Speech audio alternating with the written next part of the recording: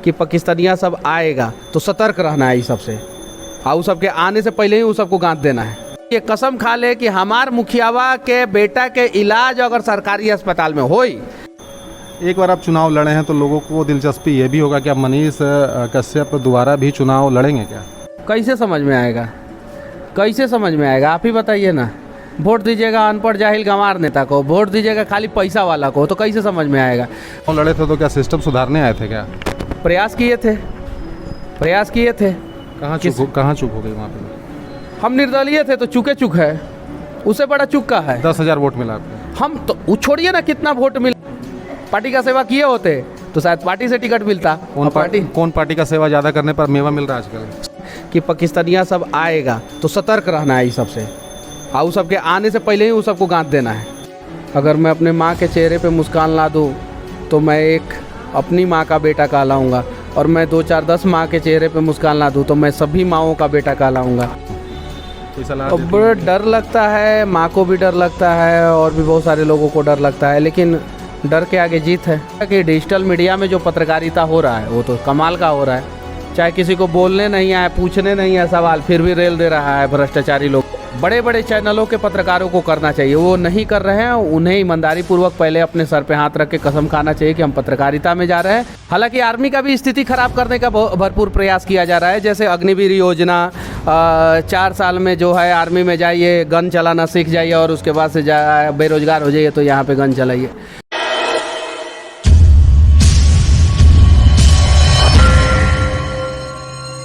नमस्कार, मैं कुणाल सिंह एक ख़ास शख्सियत के साथ बैठा हूँ जिन्होंने हिंदी पत्रकारिता में बवंडर मचा दिया है। बोलते हैं जिस तरीके से बोलते हैं, जो बातें कहते हैं, सबसे ख़ास बात उसमें यह है कि मुद्दे को पकड़ते हैं, और मुद्दे को इस कदर पकड़ते हैं कि पूरे भारत में इनकी चर्चा होती है। पत्रकारिता के आयाम को इन्होंने बदल दिया। नाम मनीष कश्यप है। स्वागत है सर आपका। बहुत बहुत धन्यवाद सर। इस मुकाम पर जो पहुँचे हैं, जब आपने पत्रकारिता शुरू की थी तो इसके बारे में सोचा था कि आप यहाँ पर पहुँच पाएंगे? सोचा नहीं था, और 90% जो लोग हैं वो मुझे पत्रकार मानते ही नहीं हैं। तो हम लोगों का एक अलग तरीका है सवाल पूछने का, सवाल करने का। एक्चुअल में हम लोग सोशल रिफॉर्मर हैं एक्चुअल में, जो सही कहा जाए तो।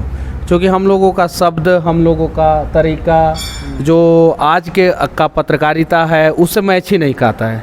और आज से 50 साल, 60 साल, 70 साल पहले जाइएगा, जब आप 50 साल पहले जाएंगे तो उस समय भी पत्रकार सबसे पहले सोशल रिफॉर्मर होते थे। समाज को रिफॉर्म करना है पॉजिटिव वे में। आज के समय में क्या होता है, बड़े बड़े चैनलों पे, वो आपको पता है, सबको पता है, देश के लोगों को पता है, वहाँ पे पत्रकार कम, प्रवक्ता ज़्यादा, पार्टी के प्रवक्ता ज़्यादा बैठ गए हैं।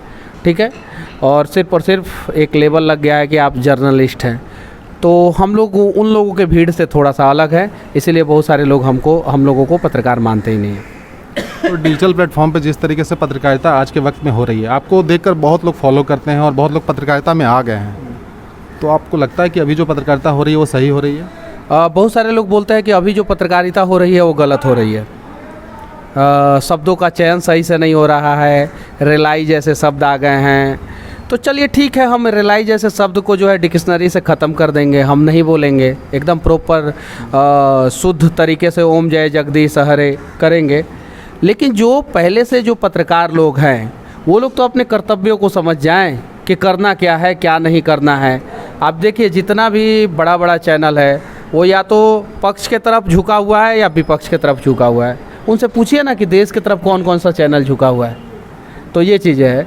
तो अभी मैं तो ये कहूँगा कि डिजिटल मीडिया में जो पत्रकारिता हो रहा है वो तो कमाल का हो रहा है। चाहे किसी को बोलने नहीं आए, पूछने नहीं है सवाल, फिर भी रेल दे रहा है भ्रष्टाचारी लोगों को। तो ये तो कमाल का है ना। धीरे धीरे ऐसे ही भ्रष्टाचार ख़त्म होगा ना। देखा गया कि आप मतलब किसी को नहीं छोड़ते, नेता हो, अभिनेता हो, सिस्टम हो, व्यवस्था हो, ये लगातार आप मतलब एक माहौल जो भारत में तैयार हुआ है, जहाँ पर अब ये लगने लगा है कि पत्रकारिता के क्षेत्र में एक ऐसा नाम है और उसी की वजह से लोग अब फॉलो भी करते हैं, और कम से कम जो मुद्दे होते हैं, जो बेसिक मुद्दे होते हैं, जो ग्राउंड पर मुद्दे हैं, उसकी बात होती है। तो क्या आपको लगता है कि इसमें मैं आप ही लोगों से पूछना चाहता हूँ, आप ही लोग बताइए, ऑन कैमरा में पूछना चाहता हूँ, 1 साल पहले कितना टैलेंटेड बच्चा बिहार का दिखाया जाता था? आज जो है हर महीना 2 टैलेंटेड बच्चा निकल जाता है। क्यों निकल जाता है? क्योंकि बहुत सारे मीडिया वाले हो गए उस टैलेंट को दिखाते हैं। झारखंड के स्कूलों में जाके कौन कौन रिपोर्टिंग करता था आज से 1 साल पहले? अब बताइए, आज से 1 साल पहले ज़मीनी कार्यकर्ता को नेशनल न्यूज़ चैनल पे कौन बिठाता था? कोई नहीं बिठाता था, पूछता ही नहीं था। खाली जो है नेताजी आएंगे, पार्टी से जो प्रवक्ता एफिडेविट जिनका जो है साइन मोहर मार के भेजा गया वहीं जाके बोलेंगे। जब पार्टी के प्रवक्ता जाके खाली न्यूज़ चैनल पे बोलेंगे तो वो किसका बात रखेंगे? वो झारखंड का बात रखेंगे कि वो अपनी पार्टी का बात रखेंगे? पहले ये बताइए। वो अपनी पार्टी का बात रखते थे। बिहार के प्रवक्ता हुए वो बिहार के का बात नहीं, अपनी पार्टी का बात रखते थे। जो नेशनल पार्टी के जो प्रवक्ता हुए वो पूरे देश का बात नहीं, अपनी पार्टी का बात रखते थे। अब जो है बड़े बड़े न्यूज़ चैनलों को भी मजबूरी हो गया है कि वो अपने पत्रकारों को ग्राउंड पे भेजते हैं।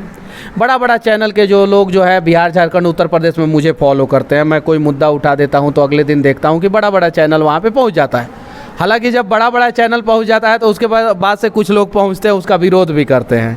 जैसे मैंने 100 मुद्दा उठाया, उसमें से 90 मुद्दा वायरल नहीं हुआ तो किसी को कोई मतलब नहीं है, लेकिन 10 मुद्दा जो वायरल हो जाता है उसका निगेटिव और पॉजिटिव करने के लिए लोग वहाँ पे आ जाते हैं। चलिए, उससे कोई फ़र्क नहीं पड़ता है, वो होते रहेगा आपके लाइफ में। लेकिन जो बड़े बड़े चैनलों के पत्रकारों को करना चाहिए वो नहीं कर रहे हैं। उन्हें ईमानदारी पूर्वक पहले अपने सर पे हाथ रख के कसम खाना चाहिए कि हम पत्रकारिता में जा रहे हैं। तो देश का सबसे कॉम्प्लिकेटेड फील्ड जो है, पहला जो है आर्मी का जॉब, ठीक है, दूसरा जो है किसानी और तीसरा जो है पत्रकारिता, ठीक है। अगर ये 3 चीज़ सही रहेगा तो देश सही रहेगा। नेता जाए भाड़ में। आर्मी अपना सही है कि नहीं है? बॉर्डर पे अपने देश का रक्षा कर रहा है, लेकिन 2 लोगों की स्थिति बहुत ख़राब है, किसानों की स्थिति बहुत ख़राब है और पत्रकारों की भी स्थिति बहुत ख़राब है। तो ये 2 आर्मी के साथ साथ इन दोनों की स्थिति भी सुधरनी चाहिए। हालांकि आर्मी का भी स्थिति ख़राब करने का भरपूर प्रयास किया जा रहा है। जैसे अग्निवीर योजना, 4 साल में जो है आर्मी में जाइए, गन चलाना सीख जाइए और उसके बाद से बेरोजगार हो जाइए तो यहाँ पे गन चलाइए। तो ये सब चीज़ें गलत है। और आर्मी, लेकिन फिर भी आर्मी बहुत सही है और आर्मी का सम्मान करते हैं हम लोग। किसानों की स्थिति सही होना चाहिए, पत्रकारों की स्थिति सही होना चाहिए। सर, आप सड़कों पर जब निकलते हैं, आप पूरे भारत में घूमते हैं और हम पूरे देश में बात करते हैं, राइट टू एजुकेशन की बात करते हैं, राइट टू हेल्थ की बात करते हैं, राइट टू लिव की बात करते हैं। 70 साल के इस देश में अस्पतालों में अभी भी लोग मर जाते हैं, उनको इलाज नहीं मिलता है। तो क्या ये राजनीतिक पार्टियों को जो देश चलाते हैं, जो सत्ता में होते हैं, ये चीज़ें उनको नहीं समझ में आती कि जनसंख्या के अनुपात में सुविधाओं का विस्तार होना चाहिए? कैसे समझ में आएगा? कैसे समझ में आएगा? आप ही बताइए ना। वोट दीजिएगा अनपढ़ जाहिल गंवार नेता को, वोट दीजिएगा खाली पैसा वाला को, तो कैसे समझ में आएगा? जिस दिन अपने अपने विधानसभा क्षेत्र के लोग, अपने अपने जो मुखिया होते हैं हमारे यहाँ, उसके क्षेत्र के लोग, जिला परिषद क्षेत्र के लोग, सांसद के क्षेत्र के लोग, इतना ही चुनाव मेन होता है। मुखिया, जिला परिषद, विधानसभा और लोकसभा, मेन चुनाव जो है यही है। इस क्षेत्र के लोग ये कसम खा ले कि हमार मुखियावा के बेटा के इलाज अगर सरकारी अस्पताल में होई, हमार मुखिया जी के बेटा अगर सरकारी स्कूल में पढ़ियन, तबे हम उनकरा के वोट दें। और हमारा विधायक का बेटा जो है सरकारी स्कूल में पढ़ेगा, विधायक की पत्नी का इलाज, बेटी का इलाज, बच्चे का इलाज जो है सरकारी अस्पताल में होगा, तभी हम वोट देंगे, तो जाके सुधरेगा। जैसे सर, ये सवाल इसलिए पूछे ना कि आप देखेंगे एम्स की अगर बात करते हैं तो बीजेपी वाले घेरेंगे कांग्रेस को कि आपने 4 बनाया, हम 20 बना दिए। लेकिन आपने ये कभी क्यों नहीं सोचा कि 130 करोड़ की आबादी में जब हेल्थ की बात करते हैं तो हर ज़िले में एम्स होना चाहिए? ये नहीं हो सकता है क्या? हर जिले में एम्स क्यों हो भाई? हर जिले में सदर अस्पताल है कि नहीं है? है कि नहीं है सदर अस्पताल? तो हर जिले में सदर अस्पताल में एम्स जैसा व्यवस्था दे दिया जाए। संविधान में समानता का अधिकार है। एम्स में ज़्यादा व्यवस्था, सदर अस्पताल में कम व्यवस्था। क्यों भाई?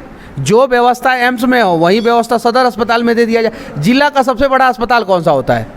सदर अस्पताल। अंग्रेज़ों के समय में सदर अस्पताल खुलना शुरू हुआ, ठीक है, उसका नाम कुछ और होता था। तो अंग्रेज़ों के समय में जो बड़े अंग्रेजी अधिकारी होते थे उनका जिला में ही इलाज हो जाता था, पूरा बढ़िया तरह से इलाज हो जाता था, उनको दिल्ली तक जाने की ज़रूरत नहीं पड़ती थी। तो वही व्यवस्था जो है आज जो है सदर अस्पताल में हो जाए। जो एम्स में व्यवस्था है, जो रिम्स में व्यवस्था है, तो रिम्स का भी व्यवस्था ख़राब है, बिहार के पटना का PMCH का भी व्यवस्था ख़राब है। ये चीज़ है। आप तो ये बात बोलते भी, कई बार आपको सुना गया जब कोई बच्चा मर रहा होता है, बाप के गोद में बच्चा मर जाता है, तो ये जो स्थिति है, इतनी भयावह जो स्थिति है, कहीं ना कहीं राजनीतिक उदासीनता पूरी तरीके से दिखती है। इसमें जनता का भी दोष मानते हैं कि आवाज़ नहीं उठाते लोग? जनता का ही दोष है, बाकी किसी दूसरे किसी का दोष नहीं है। वोट देते हैं, गलत लोगों को जिताते वोट हैं। देते हैं। तो ये सिस्टम को सुधारने के लिए किसको आना पड़ेगा? इस सिस्टम को सुधारने के लिए युवाओं को आगे आना होगा। तो युवाओं को तो हमारे बिहार झारखंड में लोग कहते हैं ये लवंडा छवंडा है, सभी सबसे क्या होगा, ऐसे ही बोला जाता है। तो दीजिए फॉर्चूनर वाले को वोट दीजिए, बड़े बड़े लोगों को वोट दीजिए, अरबपति लोगों को वोट, ये चीज़ें है। तो फिर सुधार कहाँ से होगा? आप भी चुनाव लड़े थे तो क्या सिस्टम सुधारने आए थे क्या? प्रयास किए थे। कहाँ चूक हो गई वहाँ पे? हम निर्दलीय थे तो चूक है, उससे बड़ा चूक का है। 10,000 वोट मिला आपको? हम तो वो छोड़िए ना कितना वोट मिला, वो तो हम रिकॉर्ड बनाए थे चनपटिया विधानसभा में कि निर्दलीय प्रत्याशी को आज तक उतना वोट नहीं मिला था। वो छोड़िए, हम तो चुनाव हारे थे ना। हारे काहे थे? निर्दलीय थे। तो चूक है ना, उससे बड़ा चूक क्या हो सकता है? पार्टी से लड़ना जरूरी है चुनाव जीतने के लिए? देश सेवा, राज्य सेवा से ज़्यादा जरूरी है पार्टी का सेवा करना। पार्टी का सेवा किए होते तो शायद पार्टी से टिकट मिलता। कौन पार्टी का सेवा ज़्यादा करने पर मेवा मिल रहा है आजकल? सब पार्टी का, जिस पार्टी का सेवा कीजिएगा वो उस पार्टी से मेवा मिल जाता है, ये चीज़ है। हाँ, हालांकि हर पार्टी जो है 2, 4, 10% लोगों को जो है उनके काम के वजह से देता है, लेकिन उनकी संख्या बहुत कम है, उनकी संख्या बढ़नी चाहिए। और जिस दिन जो है हर पार्टी में कम से कम 50% लोग ईमानदारी से निष्पक्ष तरीके से आगे आएंगे हर पार्टी में, उस समय जाके जो है राज्य का और देश का विकास होगा। सबसे ज़्यादा भ्रष्टाचार आप कहाँ मानते हैं? जो सिस्टम की बात आप करते हैं, जो सिस्टम से आप लड़ाई करते हैं, तो जो नीचे बैठा हुआ आदमी वो तो सबसे बड़ा दोषी नहीं मानते? सबसे ज़्यादा भ्रष्टाचार अगर किसी चीज़ में है, अब सिस्टम मतलब कि पूरा सिस्टम ही भ्रष्ट है। हम भी आप भी मिला उसमें। अब पॉलिटिकल डिपार्टमेंट में सबसे ज़्यादा करप्शन है, उसके बाद से हेल्थ और एजुकेशन, ये 3 डिपार्टमेंट, लेकिन नंबर 1 है पॉलिटिकल डिपार्टमेंट। लेकिन आप जाइए, आप गूगल पे सर्वे में उठाइए, आपको पॉलिटिकल डिपार्टमेंट का नाम ही नहीं मिलेगा। वो भ्रष्टाचार लिस्ट में पहले टॉप 10 में है ही नहीं है। आप सर्वे कीजिए, पुलिस डिपार्टमेंट 7वें नंबर पे है, 4थे नंबर पे शायद से DTO है, 3रे नंबर पे शायद से नगर निगम है, हेल्थ है, एजुकेशन है, और भी बहुत सारा डिपार्टमेंट है। पॉलिटिकल डिपार्टमेंट नहीं है, क्योंकि सर्वे करने वाले का ही सर्वे हो जाएगा, इसीलिए वो डिपार्टमेंट का नाम ही नहीं रखे। पहले नंबर पे पूरे देश में भ्रष्टाचार में पॉलिटिकल डिपार्टमेंट है, दूसरे नंबर पे हेल्थ है, और दूसरे नंबर पे एजुकेशन है, और तीसरे नंबर पर हेल्थ है। बेटे के तौर पर मनीष कश्यप कैसे हैं? आपको वक्त मिलता है क्या? घर के लिए वक्त मिल पाता है आपको सर? पूरा घर ही है, पूरा देश ही अपना घर है, तो घर ही के लिए ना समय निकाल रहे हैं। अगर मैं अपने माँ के चेहरे पे मुस्कान ला दूँ तो मैं एक अपनी माँ का बेटा कहलाऊँगा, और मैं 2, 4, 10 माँ के चेहरे पे मुस्कान ला दूँ तो मैं सभी माँओं का बेटा कहलाऊँगा। तो फिर लास्ट टाइम घर कब गए थे? लास्ट टाइम तो अभी विजयादशमी के अवसर पे घर गया था, लेकिन माताजी अभी जो है मेरे पास ही हैं, जहाँ पे। ये जो आप पूरे देश में काम करते हैं और जिस तरीके से बेबाकी से बोलते हैं, तो माँ को तो डर लगता होगा। माँ क्या बोलती हैं? कोई सलाह देती हैं? डर लगता है, माँ को भी डर लगता है, और भी बहुत सारे लोगों को डर लगता है, लेकिन डर के आगे जीत है। माउंटेन ड्यू वाला नहीं, वो एक्चुअल में डर के आगे जीत है। डरना ज़रूरी है लाइफ में, ऐसा नहीं है नहीं। जो बॉर्डर पे हमारे जवान खड़े हैं वो भी डरते हैं। किस चीज़ से डरते हैं? कि पाकिस्तानिया सब आएगा तो सतर्क रहना है, ये सबसे, और वो सबके आने से पहले ही वो सबको गांठ देना है। सही है कि नहीं?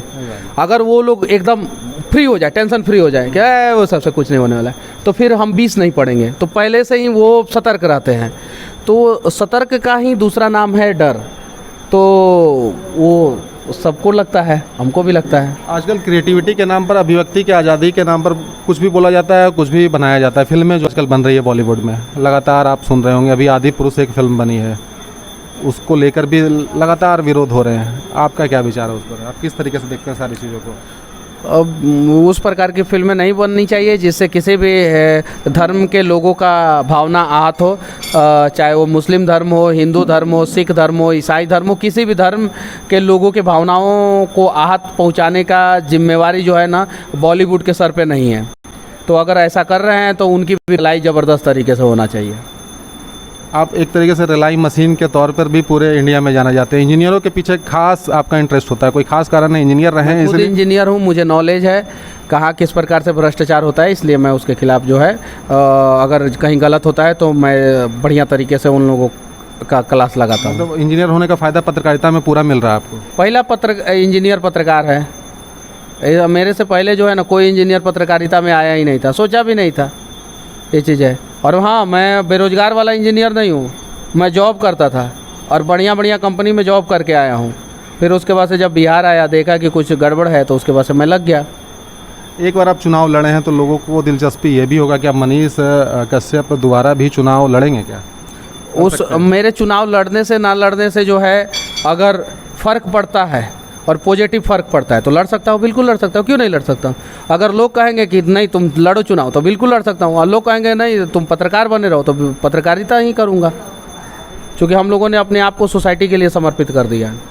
जो नए पत्रकार हैं उनके लिए कोई खास संदेश, जो भी पत्रकारिता कर रहे हैं, आपको देखकर जो कर रहे हैं?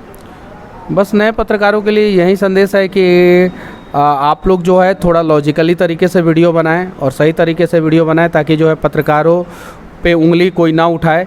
और किसी भी चीज़ के लिए डिग्री की ज़रूरत नहीं होती है, ऐसा नहीं है, लेकिन नॉलेज की ज़रूरत होती है। मान लीजिए कि आपके पास मास कम्युनिकेशन का डिग्री नहीं है और नॉलेज है तो आप कर सकते हैं, लेकिन मास कम्युनिकेशन का डिग्री ही या नॉलेज नहीं है तो क्या फ़ायदा।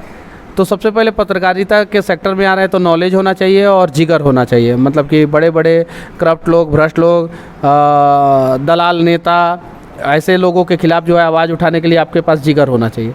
तो ये दो चीज़ें होना चाहिए, जिगर और नॉलेज, तभी आप पत्रकारिता में आए और पॉजिटिव तरीके से काम करें। 500-500 रुपया पे अपने ईमान को ना बेचने का प्रयास करें। हालांकि 99% लोग नहीं बेचते हैं, लेकिन कुछ लोग अपने आप को बेच देते हैं, जिससे पूरा पत्रकारिता जो है वो बदनाम होता है। आप सुन रहे थे मनीष कश्यप, जो बेबाकी से सारी बातें रखते हैं और भारत में एक अलग तरीके की पत्रकारिता कर रहे हैं, और कई लोग इससे प्रभावित होकर पत्रकारिता के क्षेत्र में भी आ रहे हैं, और कहीं ना कहीं ये बहुत अच्छा है भारत के लिए, देश के लिए, राज्य के लिए, और जहाँ से भी लोग पत्रकारिता कर रहे हैं।